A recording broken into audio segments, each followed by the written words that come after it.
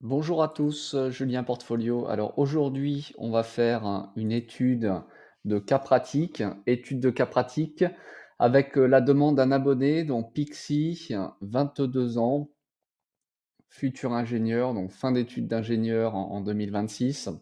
Pixie veut arrêter de travailler le plus tôt possible et il veut générer 1000 euros de rendement de son portefeuille boursier par mois ou 1000 euros de dividendes. Donc Pixie, a 91 000 euros d'épargne. Il sera en CDI en 2026 à 2 800 euros net par mois après impôt. Il va habiter en Île-de-France sur un prêt des parents de 80 000 euros pour acheter un appartement à 200 000. Donc lui devra financer, du coup, avec son épargne, la différence. On va lui prêter 80 000. Donc son épargne actuelle, c'est 21 000 sur un PEE, 5 000 sur un PEA, 10 000 euros de crowdfunding, stratégie défensive car il va sortir beaucoup de cash donc pour acheter son appartement lorsqu'il va commencer à travailler et générer des revenus. Donc il nous annonce sortir donc 100-120 000 de cash et donc il veut générer 1 000 euros par mois en bourse minimum. Bon, il a peur de l'inflation dans les pays de l'Est où il voudrait s'installer à l'avenir. Et il dit aussi qu'il a perdu entre 2022 et 2024 jusqu'à 40 de pouvoir d'achat. Donc ça, c'est l'inflation. C'est le cas aussi en Espagne. On va en parler à la fin. Donc premièrement, donc je comprends que tu ne vas pas faire de crédit immobilier pour acheter l'appartement car c'est un prêt à taux zéro de tes parents. Donc tu vas solliciter ton épargne donc à hauteur de 120 000 euros. Donc tes parents vont te prêter 80 000. Donc on arrive sur un projet immobilier à 200 000. Bon, probablement que c'est un projet immobilier à 180 000 plus 10 de frais de notaire. D'accord.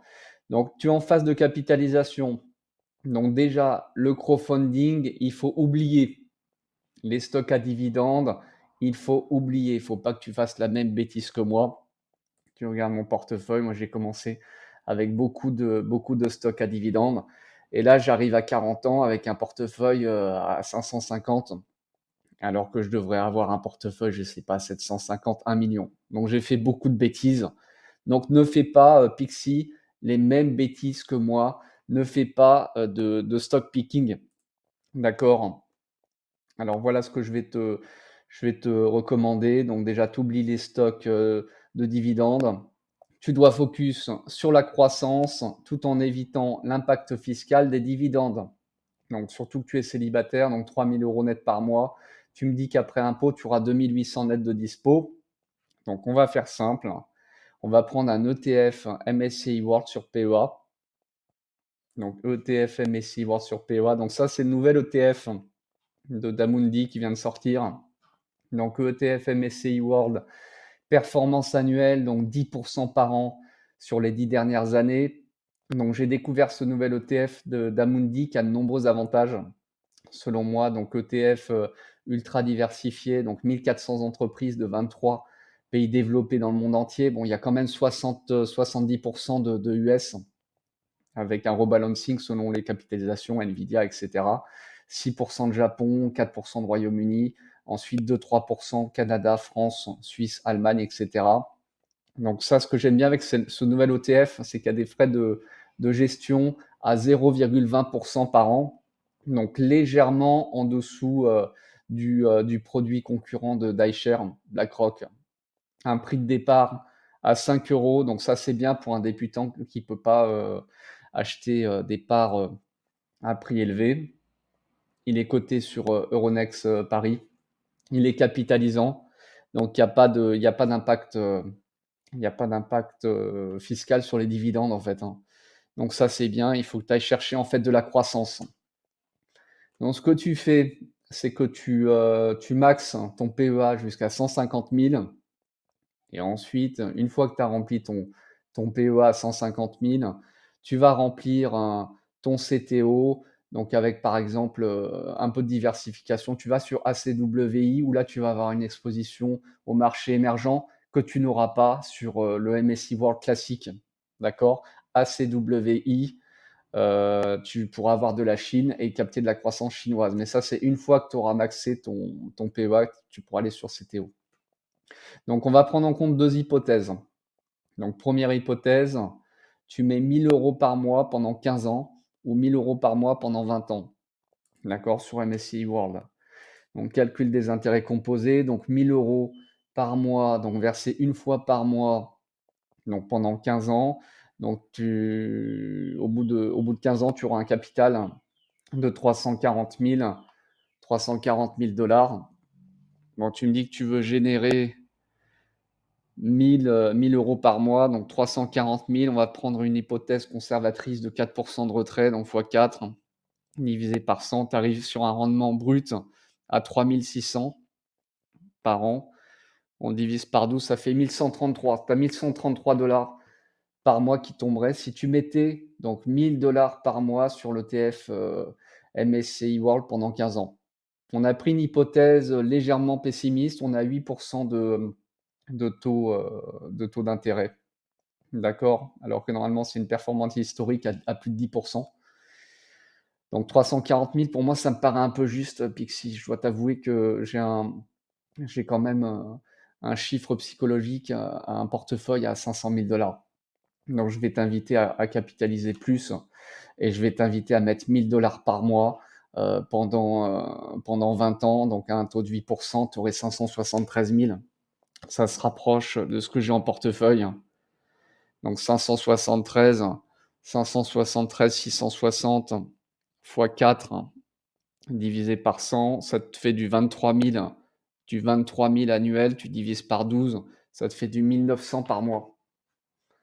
Donc ça serait peut-être mieux quand même parce qu'il faut prendre en compte aussi l'inflation future et puis la fiscalité qui est mouvante.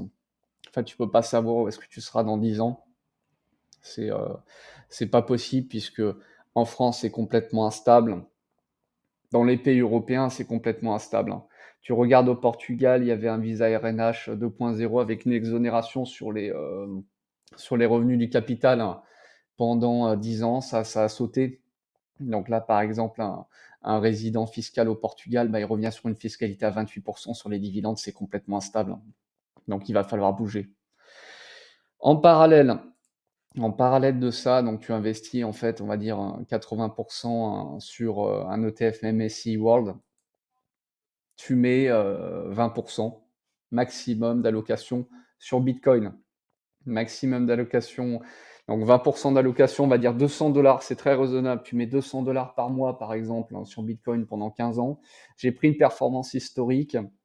Depuis la création de Bitcoin, il y a une moyenne annuelle historique entre 50 et 60 par an. J'ai volontairement été pessimiste et j'ai mis un taux d'intérêt annualisé à 30. Donc si par exemple, tu achètes 200 $ de Bitcoin tous les mois, donc pendant 15 ans, donc au bout de 15 ans, tu as, 464 000 $. Ouais, ça paraît énorme. Effectivement, ça paraît énorme. Donc 464 000 $ versés une fois par mois. 200 $, taux d'intérêt annualisé à 30. Donc il ne faut pas négliger les principales, market cap pour les cryptos. C'est pas possible. Tu peux pas ignorer en fait, cet actif. Cet actif, ne peut plus être ignoré et doit rentrer dans toutes les allocations de portefeuille. Donc là, j'ai été généreux, j'ai pris 20 d'allocation pour Bitcoin. Mais bon, ça fait 200 $. Sachant que ton salaire va augmenter, tu es ingénieur, tu vas pas plafonner à 2008, hein. Ton salaire va vite augmenter et tu vas pouvoir augmenter tes allocations, mensuelles et finalement, tu vas pouvoir arrêter de travailler, beaucoup plus rapidement que ce que les simulations le suggèrent. D'accord? Donc ensuite, tu me disais que tu voulais, louer ton logement Airbnb en parallèle pour voyager. Et financer, donc tes voyages avec les locations Airbnb, oui, OK, il y a pas de problème. D'accord, comme ça tu continues à ne pas amputer, ta capacité d'investissement mensuelle. Et sinon, une hypothèse barista fire, c'est-à-dire travailler à mi-temps ou 75 pour pouvoir profiter de la vie, oui, pourquoi pas, il y a pas de problème. Donc dans ce cas-là, tu peux te contenter de la première hypothèse. Donc barista fire à 32 ans, dans 10 ans, tu en as 22, 32, 34 ans et puis tu attaques la première phase de capitalisation, de consommation du capital dans 10 ans, si tu travailles, à mi-temps ou à 75. Donc tu dois être sérieux, en fait, dans cette première phase qui doit accélérer la création de ton patrimoine. Les 10 premières années seront les plus importantes. Tu dois vraiment être sérieux, tu dois investir et surtout ne néglige pas Bitcoin, car quand tu regardes les projections, même à croissance pessimiste, donc à hauteur de 30 par an, c'est pas anodin.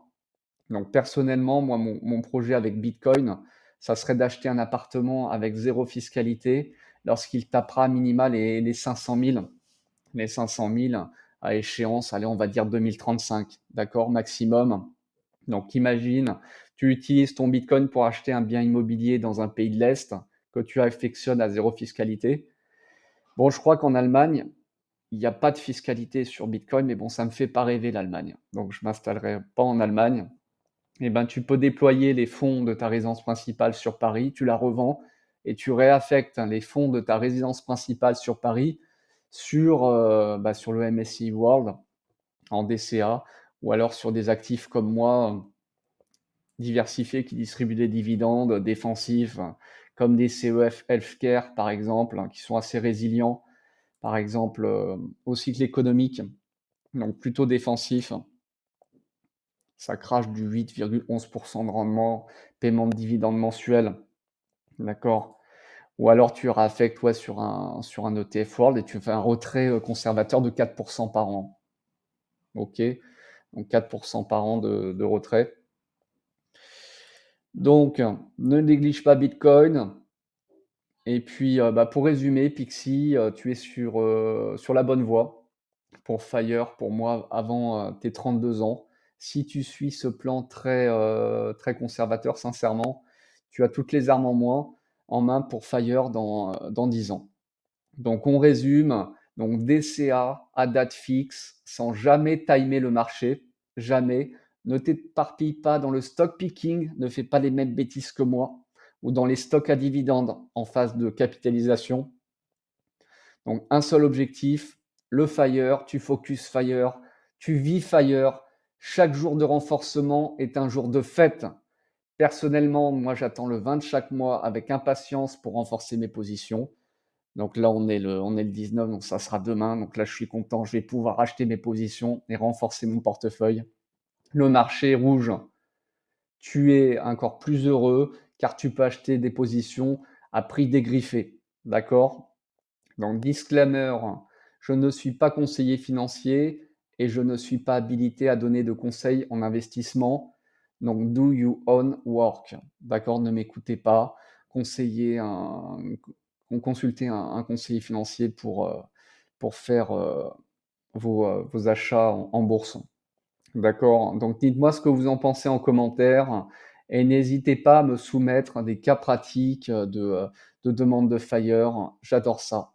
Voilà, bonne journée à vous.